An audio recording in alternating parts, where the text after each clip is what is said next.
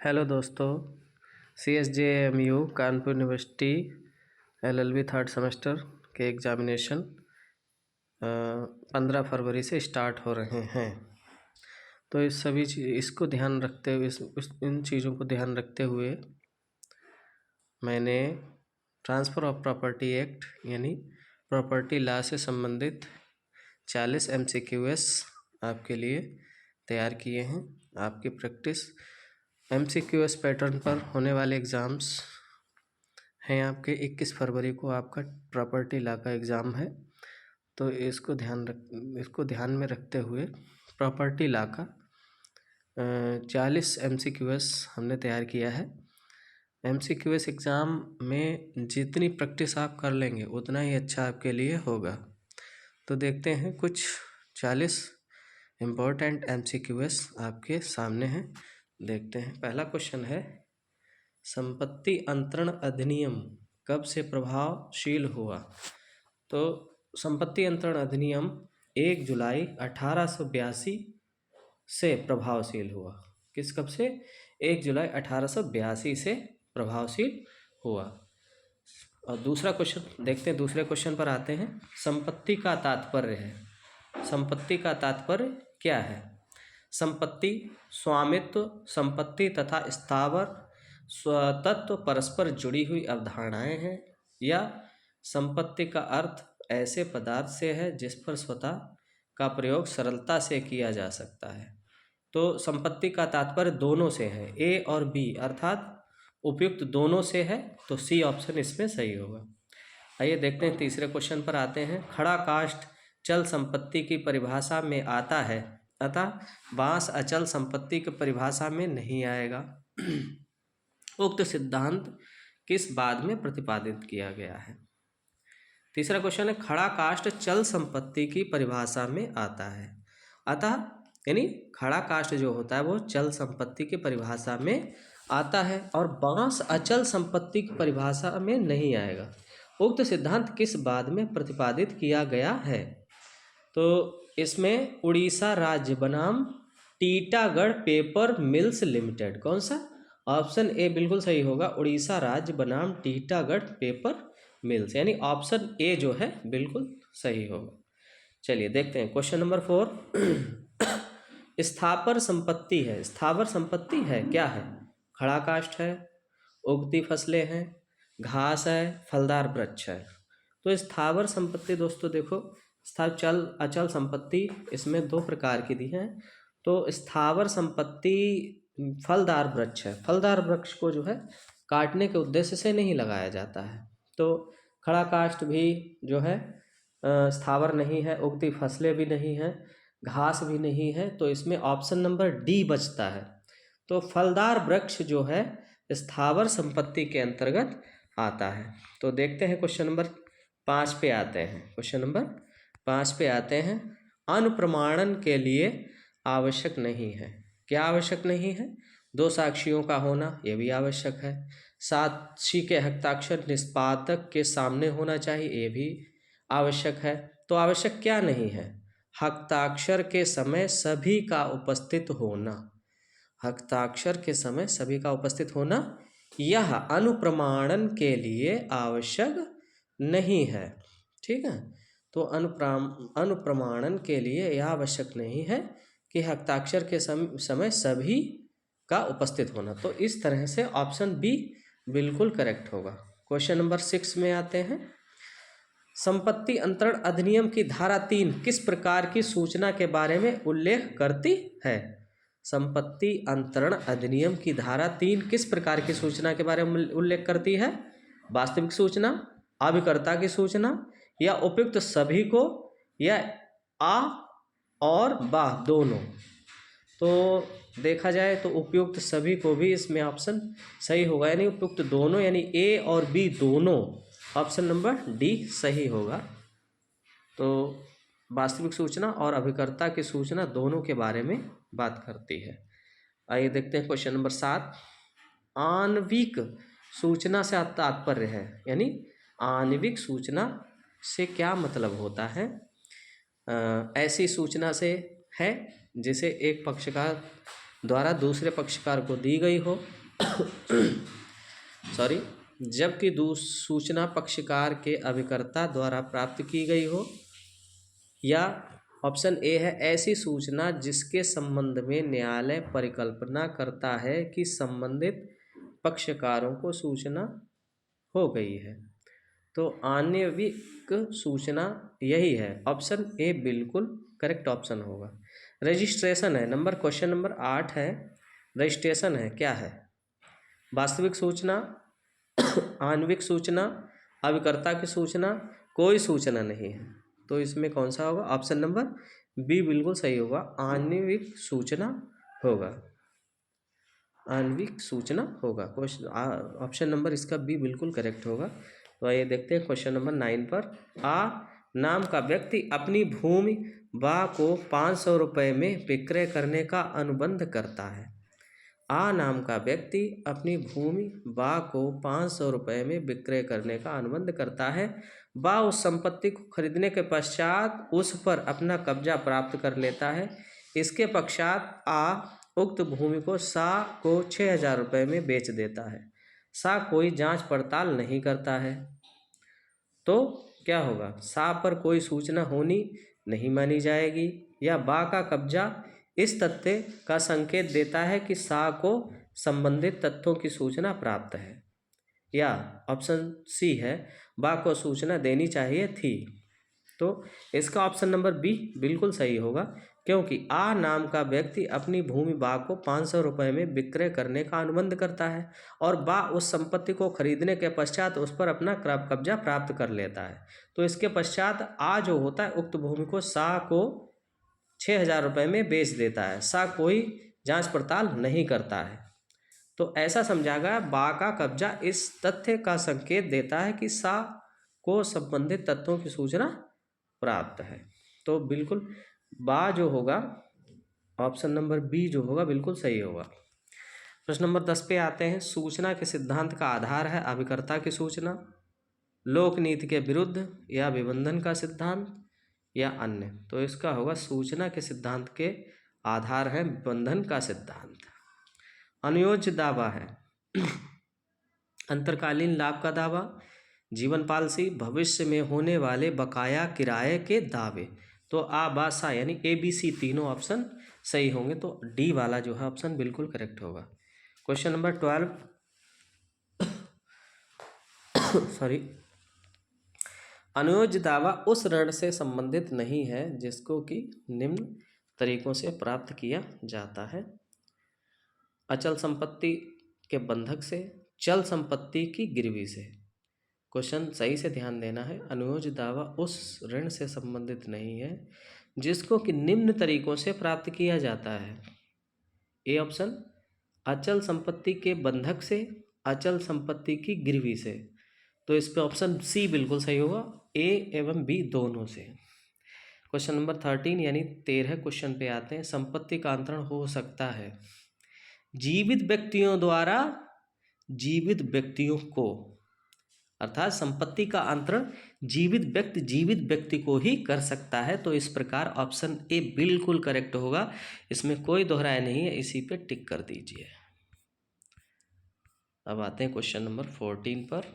Question number 14 है संपत्ति का अंतरण हो सकता है वर्तमान तथा भविष्य दोनों के लिए, वर्तमान के लिए भी भविष्य के लिए। तो ऑप्शन सी बिल्कुल करेक्ट होगा। क्वेश्चन नंबर 15 आ जाइए, 15 पर देखिए। संपत्ति अंतरण की आवश्यक शर्त क्या है? आवश्यक शर्त सक्षम व्यक्ति का होना, बिल्कुल सही है। जीवित व्यक्ति का होना, बिल्कुल सही है। संपत्ति का अंतरण योग्य होना चाहिए, संपत्ति के अंतरण के योग्य होना चाहिए, यानी जो व्यक्ति संपत्ति का अंतरण कर रहा है वह उसके योग्य है या नहीं, यानी योग्य का होना। तो इस तरह से ऑप्शन सभी सही हैं, तो ऑप्शन नंबर डी बिल्कुल करेक्ट होगा, उपयुक्त सभी।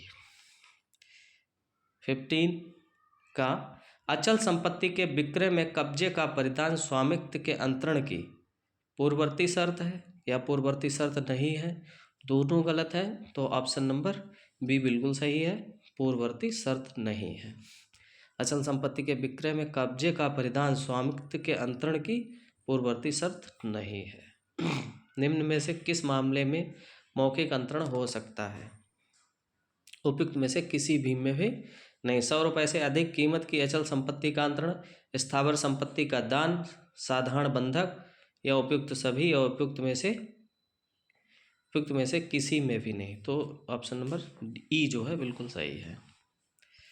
तो इस तरह से सूची 1 सूची 2 को सुमेलित कीजिए, नीचे दिए गए कूट की सहायता से सही उत्तर चुनिए। तो इसमें देखिए, ए है संचयन के विरुद्ध नियम, क्या होगा, धारा 17, और दृश्यमान स्वामी किसमें होगा, दृश्यमान स्वामी क्या है, धारा 41। कपटपूर्ण अंतरण किसमें होगा, कपटपूर्ण अंतरण जो है धारा 53 में। और इसमें क्या होगा, लंबित बाद का सिद्धांत किसमें दिया गया है, लंबित बाद का सिद्धांत जो है धारा 52 में दिया है। तो इस तरह से ऑप्शन नंबर ए बिल्कुल करेक्ट होगा, यानी ए का पहला, बी का दूसरा, सी का चौथा और डी का तीसरा। तो इस तरह से ऑप्शन नंबर ए बिल्कुल करेक्ट माना जाएगा। तो ऑप्शन ए पे टिक कर दीजिए। निम्नलिखित में से कौन सी शर्त अंतरण के लिए पूर्ण प्रतिबंध नहीं मानी जाएगी। ऐसी शर्त कि अंतरित संपत्ति का कभी अंतरण नहीं कर सकता है। ऐसी शर्त कि वह अपने जीवन काल में संपत्ति का अंतरण नहीं कर सकता है। ऐसी शर्त कि वह संपत्ति को केवल अमुक व्यक्ति को ही अंतरित कर सकेगा। ऐसी शर्त कि वह संपत्ति का अंतरण अमुक व्यक्ति को नहीं करेगा। तो ऑप्शन नंबर डी जो है यह बिल्कुल करेक्ट ऑप्शन होगा। निम्नलिखित में से कौन सी शर्त अंतरण के लिए पूर्ण प्रतिबंध नहीं मानी जाएगी। तो इस तरह से ऑप्शन नंबर डी बिल्कुल करेक्ट होगा, टिक कर लीजिए। अब क्वेश्चन नंबर 19 पर देखते हैं। एक अंतरणकर्ता ने संपत्ति को इस शर्त पर अंतरित किया है कि वह अथवा उसके उत्तराधिकारी कभी भी संपत्ति का अंतरण न करें। अगर उसकी पत्नी जीवित हो तो उसको 3000 पाउंड अंतरित करे, जबकि उक्त संपत्ति की कीमत 15000 पाउंड थी।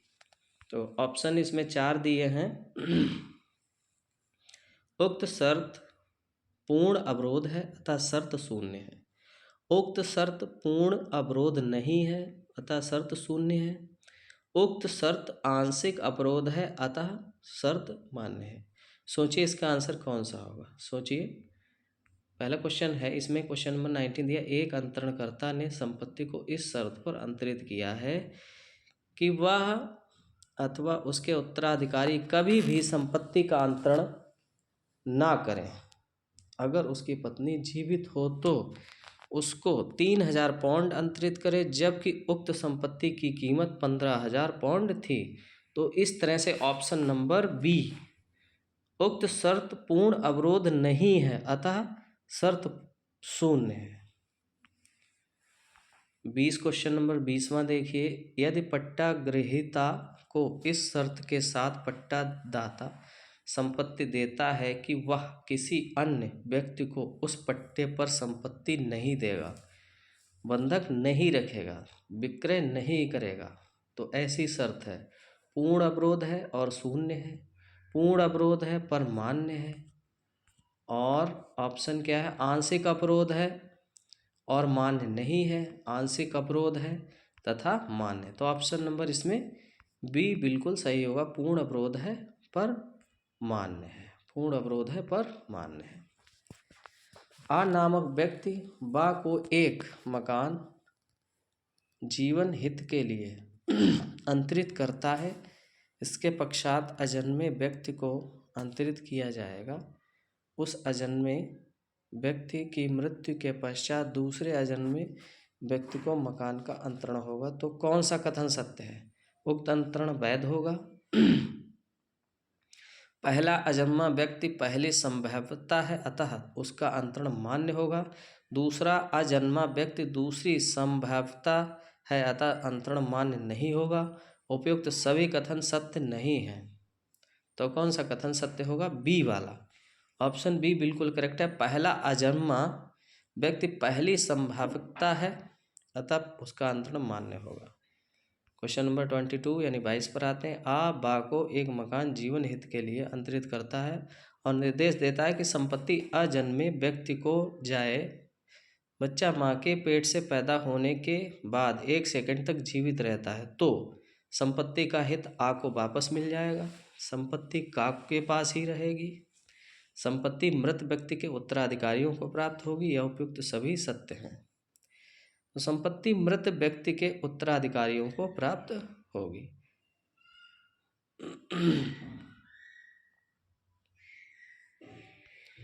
क्वेश्चन नंबर 23, शाश्वतता का नियम है संपत्ति को लंबे समय तक बांध कर रखना, संपत्ति को अजन्मे व्यक्ति को अंतरित करना, परिवार का नाम ऊंचा उठाने के लिए संपत्ति का विशेष अंतरण, या उपयुक्त सभी से, यानी उपयुक्त सभी से। शाश्वतता का नियम यही कहता है कि संपत्ति को लंबे समय तक बांध कर रखना, यह भी सही है। संपत्ति को अजन्मे व्यक्ति को अंतरित करना, यह भी सही है। परिवार का नाम ऊंचा उठाने के लिए संपत्ति का विशेष अंतरण, ये सभी ही शाश्वतता के नियम के अंतर्गत आते हैं। तो इस तरह से ऑप्शन डी बिल्कुल सही होगा। अगले क्वेश्चन नंबर 29 पर आते हैं।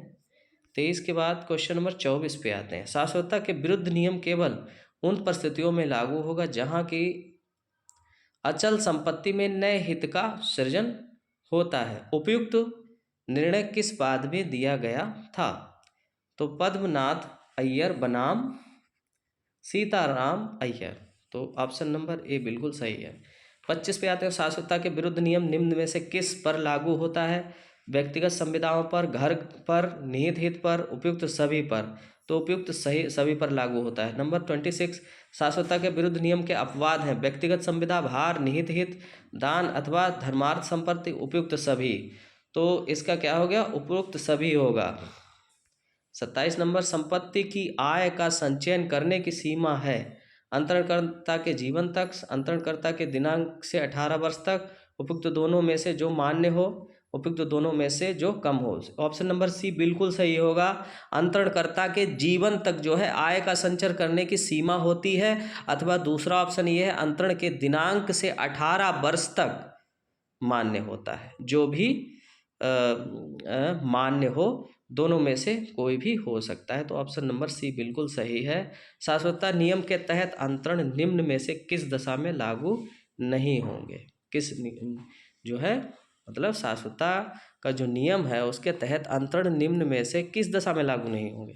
लोकहित के अंतरण पर, वाणिज्य के लिए अंतरण पर, धर्महित के अंतरण पर, उपयुक्त सभी पर। अर्थात इन सभी पर, क्योंकि लोकहित पे जो अंतरण किया जाता है तो वो शाश्वतता के नियम के अंतरण मतलब शाश्वतता नियम के तहत अंतरण निम्न में से जो है दशा में लागू नहीं होते, इन चीज़ों पर लागू नहीं होते हैं।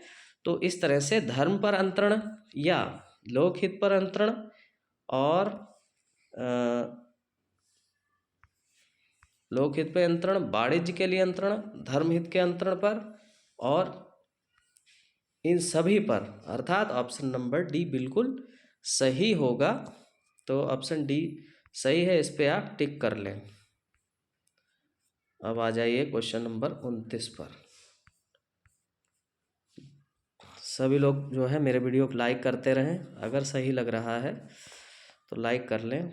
कोशिश करूँगा आप सभी की प्रैक्टिस ज़्यादा से ज़्यादा करा सकूँ, ज़्यादा से ज़्यादा मल्टीपल चॉइस क्वेश्चन MCQs आप सभी को प्रोवाइड कर सकूँगा।